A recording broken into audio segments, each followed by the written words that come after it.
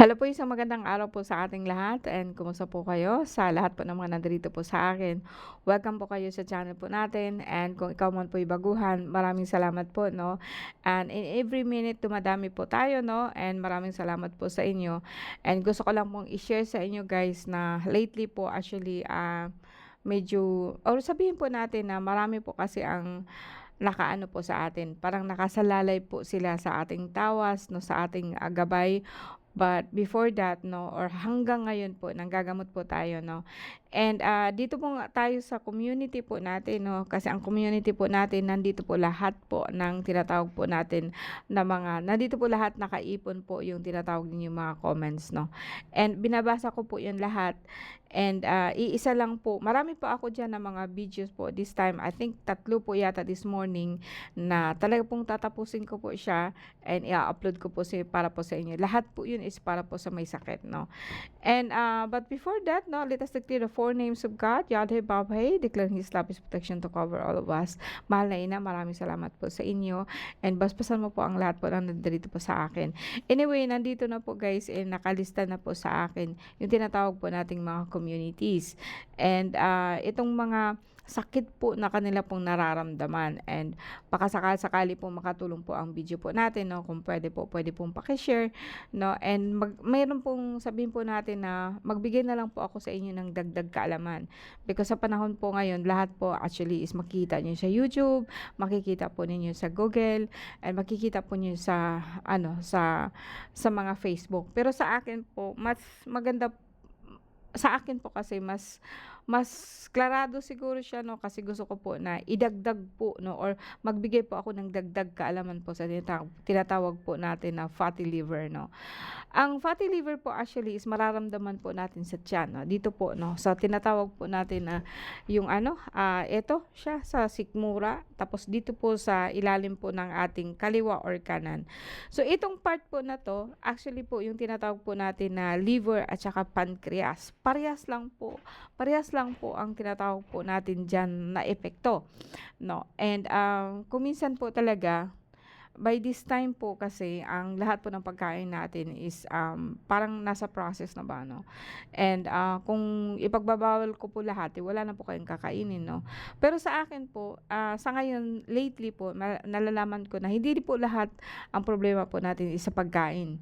Mas marami po ang problema po natin sa ibang tao or kung ano po ang nararamdaman ninyo sa ibang tao, no? So, more on, sabi ko nga sa inyo, this time po, parang mas lalabas na po yung tinatawag po natin na invisible or hindi po sila nakikita, no.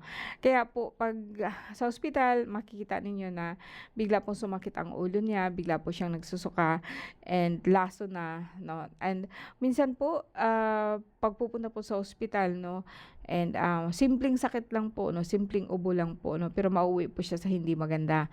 So either way, hindi ko pwedeng masabi masama po ang ating ospital, hindi ko pwedeng sasabihin po na lahat is ganun na lamang po. Ang mas natutunan ko ngayon is mas maganda siguro kung i-embrace po natin kung ano man po ang ating kapaligiran, no. Dapat po matuto po tayong mag-adjust, no. Matuto po tayo na hindi lang po lahat is physical. Hindi lang po lahat po kasi mostly sa mga kababayan ko is like they are very busy looking for their own food, no. And kung titingnan po natin, nandiyan na rin po yung tinatawag na hindi sa lahat po ng pagkakataon ay pagkain po ang ating kailangan. Kailangan din po ng pagkain po sa ating brain, sa ating puso, no, sa ating pagkatao, kung sino tayo. Marami po siya, no. And so ang ibibigay ko po sa inyo, yung isa po sa complaint po niyo, tinatawag po nitong bloated na tiyan. Bloated na tiyan, masasakit na baywang, no? And nandiyan na rin po yung tinatawag po natin na itong spinal column po natin. So mamaya po magbibigay pa ako pero more on nasa picture na siya. Kasi dito po sa atin ngayon, i-address lang natin yung tinatawag po natin na fatty liver. Ano po ba yun?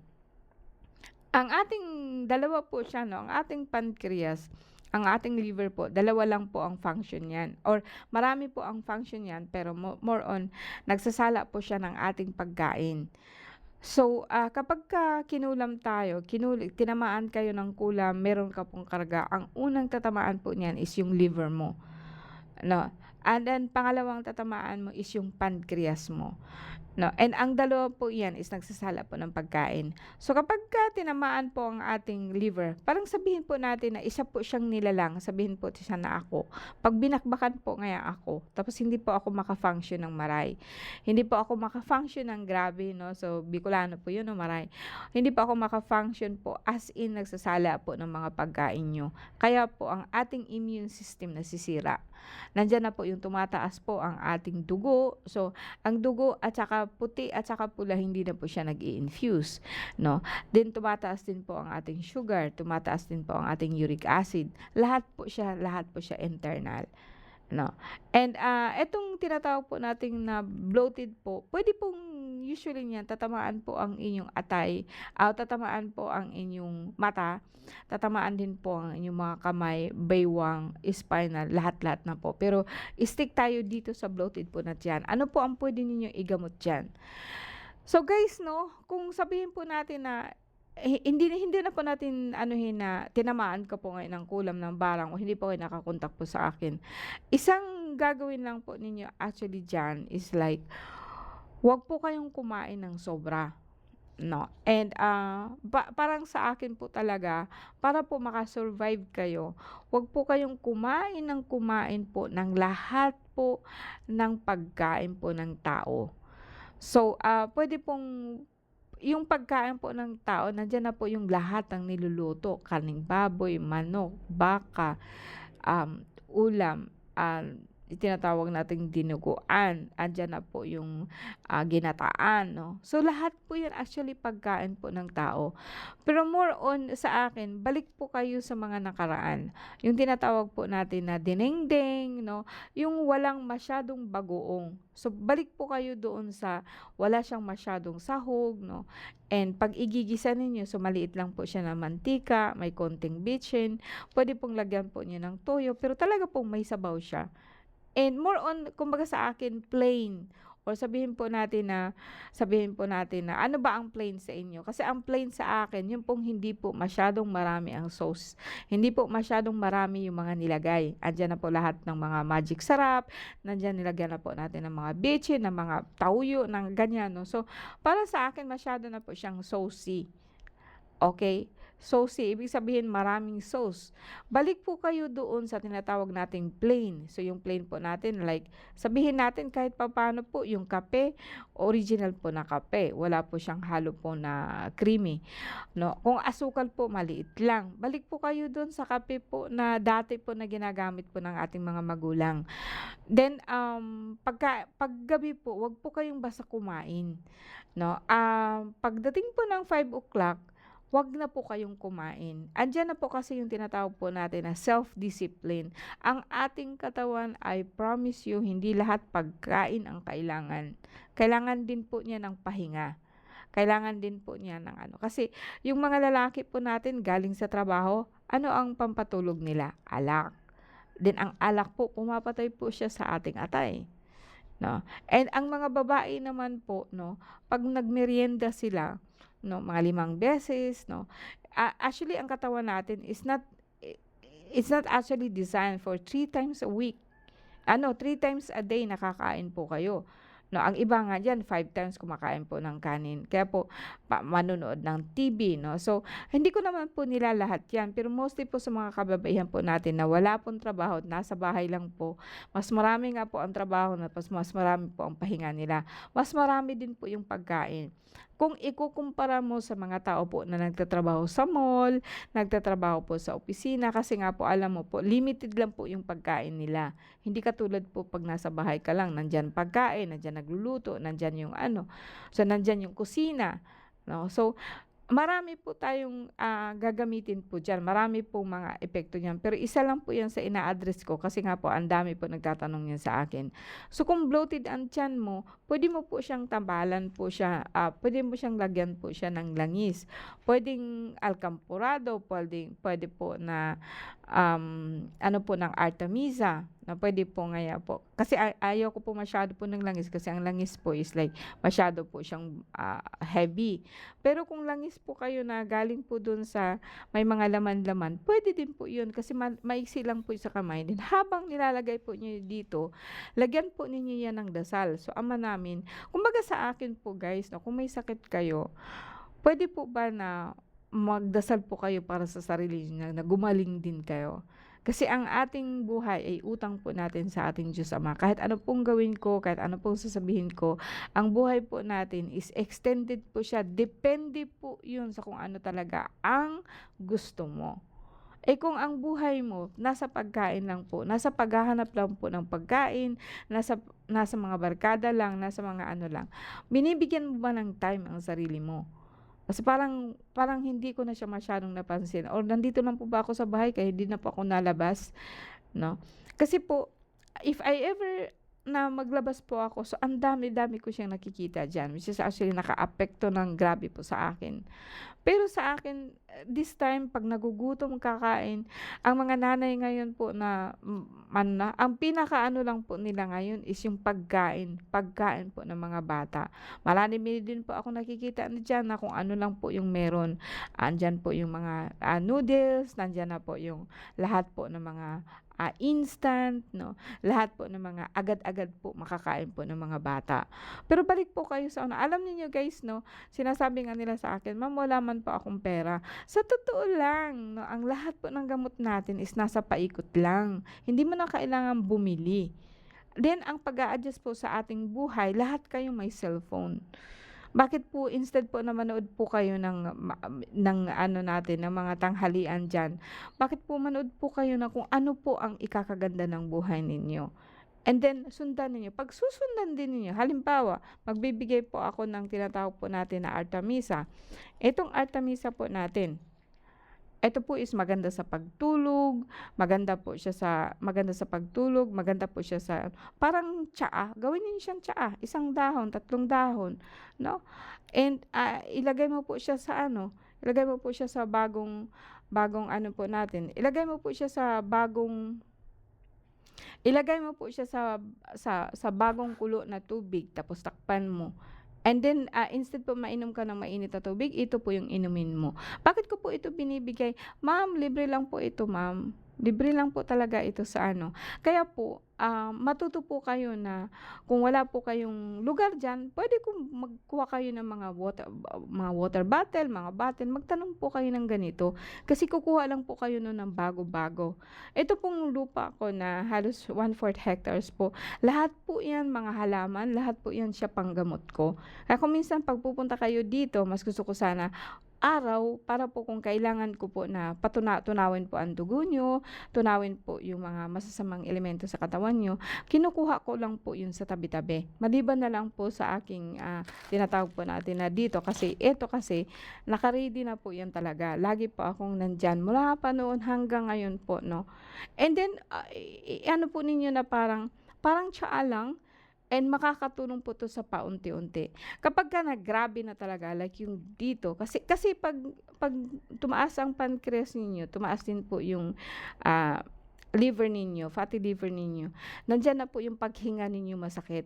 Nandiyan na po sinasabayan na po 'yan ng, masakit po ang dibdib, masakit po yung paghinga. Kasi nga po yung liver po niyo nakaka-detect po 'yan po ng tinatawag po nating maliliit na alimon. O tinatawag po natin na meron kang plema pero wala kang ubo, 'no, kaya po nahihirapan kang huminga. Grabe po ang ubo mo. Kung naninigarilyo ka po ng matagal po, na hindi mo alam na 'pag naghit-hit ka po ng sigarilyo, napupunta po 'yan dito sa lalamunan ninyo. In a long run kapagka matanda na po kayo, nagkakaroon na kayo ng problema sa ubo. And then sa baga ninyo 'no, kapagka may tama na ang baga niyo. Kasi yung dito kasi matagal na ako nanggagamot guys, kaya alam ko po na may mga tao po talaga na nireresetahan po sila ng lalo na po 'pag katulad ko mahirap lang or sasabihin po natin na walang-wala, magpapatingin ka po sa doktor, hindi po ako makakahinga pero hindi po tinitingnan yung katawan niyo. And then, nagbigay kayo ng sputum ninyo, tapos yung sputum ninyo may something diyan, sasabihin po niya may problema po kayo sa baga. then bibigyan kayo ng gamot kasi libre lang po yung gamot, 'di ba? Ang gamot po no'n is 6 months and then punta kayo sa akin, parang parang kalansay na lang po kayo sa dahil po sa pangangayat niyo dahil hindi po niyo kayang matataas po na dosage. And magagalit po talaga ang doktor kasi nga po 'pag sinabi kong ihinto mo 'yan kasi hindi 'yan siya maganda sa'yo. And then, pagbibigyan lang po kita ng ganito po, nag-o-okey ka po siya. Kasi nga po, ang ating sakit po is dala lang po talaga sila ng kung hindi man po mga chemicals, dala lang po talaga sila ng mga maliliit po na mga bakterya. Ang bakterya po yung tinatawag po ninyo dito na ngayon usong-uso na po babaga, yung mga parasite po. Parasite po na nakukuha po sa gulay, nakukuha po sa mga tubig, nakukuha po natin sa kung ano-ano. And then in the long run, kasi nga po busy-busy tayo, hindi natin alam kung saan nanggaling yung kangkong ninyo. 'Di po ba? So, magkakaroon talaga kayo ng sakit niyan. Hindi sa lahat ng pagkakataon, pagbintangan natin ang ating kapitbahay, ang ating ganito, although nandoon na 'yan, pero hindi po ako naniniwala na kapagka dinasalan po niyo ang pagkain po ninyo, dinasalan po ninyo yung gamot ninyo, hindi po kayo gagaling. Kasi ikaw at ako, anak din ng Diyos Ama. Bakit ako lang ba pipiliin niya, bakit ikaw hindi? No, dahil po 'yun. So, ang problema lang po kasi natin, ang dahilan lang po kasi sa atin, lahat po ng nasa akin, nasa harapan ko, may mga katuwang po ako niyan nagkakain. Tapos lahat po 'yan binibigay ko sa Diyos Ama, ang buhay ko binibigay ko ngayon sa Kanya. Kaya po kaya po kahit papaano po, magkakaroon po ako ng extension niyan dahil po doon. And and in the long run, matagal na po na panahon na parang hindi niyo kilala na kung ano po ang hari. Hindi na po niyo kilala kung ano po yung mga duwende, ano po ang mga tikbalang, ano po ang mga kapre. Then kapag sinabi ko, "Ma'am, may kapre lang po diyan sa sikmura ninyo." Grabe na yung takot ninyo. And magsasabi ko, sana hindi ko na lang sinabi." Pero actually ano nun, para siyang lolobo siya dito na parang abot-abot na yung paghinga niya. Kasi ang fatty liver po kapag kakain kayo ng kanin, 'pag nagsinok kayo dito, ang kanin ninyo 'no, kanin pa rin yan paglabas sa bibig niyo. Then nandiyan na po nasusuka, hindi na po tinatanggap hindi na po tinatanggap ng katawan ninyo yung pagkain, pero kain pa rin po kayo ng kain. Bakit sinasabi? Anong sinasabi nila? Do'n sa ospital 'pag nandun ka po, kahit anong pagkain nila binibigay sa'yo. Oh, nonsense po yung, ano ng manok. Puwede ang manok, puwede ano, lahat puwede. Walang pinagbabawal po sa ospital, I think. Kasi lahat po ng mga pasyente ko po, andun po sila galing, walang pero sabi ko kako, "Ma'am, 'pag nasa hospital na, 'pag may sinasabi ko, meron po ba kayong ano diyan, yung tinatawag po natin na, lagayan po ng tubig po na hindi po nakikita. No, pinapa-boil ko lang po ito and ma'am, papainom mo po sa kanya 'yan, ating po konti-konti lang po, kutsara-kutsara kung hanggang sa mauubos po niya 'yan. And then sigurado po ako sa inyo mag-o-okey siya. 'Pag ipapakita mo siya sa doktor, sigurado ako itatapon 'yan." Ano? No, I don't have against sa any doctor, sinasabi ko na po sa inyo. Against lang po ako doon sa mga bagay po na bakit hindi nila binibigyan ng halaga. Dahil po ba libre? No. Bakit hindi po binibigyan ng halaga yung mga dasal mo? No. Hindi ko na nakikita na ma'am ang ano ko, may nakikita po talaga akong doktor na nagsasabi, nagseseryoso sila nun. Kasi bawal po sa kanila yung sabihin na yung sakit mo, wala ka mang sakit, ano lang. 'Pag sinasabi lang talaga yan, maybe it's normal for you, no? Kasi ang taas na ng blood infusion mo pero nangangati ka lang sobra-sobra. Kasi nga po may problema ka po sa liver or ginagawan ka po ng kapitbahay mo ng hindi mo alam pero who knows, no? Now, ang liver po natin, 'pag naggrabe na po 'yan na hindi po kayo nakakahinga, nandiyan na po yung gamot natin. Yung tinatawag pong lagi kong sinasabi sa inyo. Actually, this one is bangkal. Okay, bangkal po ito pero sabihin ko sa inyo totoo, hindi ako nakakita ng bangkal kasi kahit Bisaya po ako, nakita ko 'to isa itong mambog. Ang bulaklak po nito is parang bulaklak po nila ng virus. 'Pag sinabi kayong ang bulaklak po niya parang coronavirus, eto po 'yun. Ito po yung isang balat na binalatan tapos binilad po sa araw. 'no. And ang kasabay lang po nito, ito yung wala po sa inyo, yung tinatawag po yung sinag-araw. Sinag-araw, marami ako diyan, Dignum, sinukuan, sinag-araw. Ang pampaligo po ninyo sa akin, lahat po yan sinukuan, Dignum, at saka may iba pa akong bayasong. Puno po ako ng gamot po na dito po sa bahay. And ang sa akin po guys 'no, lahat po hindi niyo kailangan po na bumili 'no. Kung meron po kayo niyan sa bahay, i-research po ninyo sa Google. Kasi po ang Google po nandiyan po lahat. Now, tanungin niyo sa YouTube kung ano po ang, halaga niya. And, magsabi yan, alam niyo marami ako sa YouTube na nakikita na diyan, maganda pala ito sa binat. Pero bakit nakikita ko walang gumagamit nun? Tapos tingnan ko dito, ang dami-daming tao po na nabibinat. Tapos nandito lang pala yung gamot. No, kulang po kayo sa information, kulang po kayo sa paniniwala ba.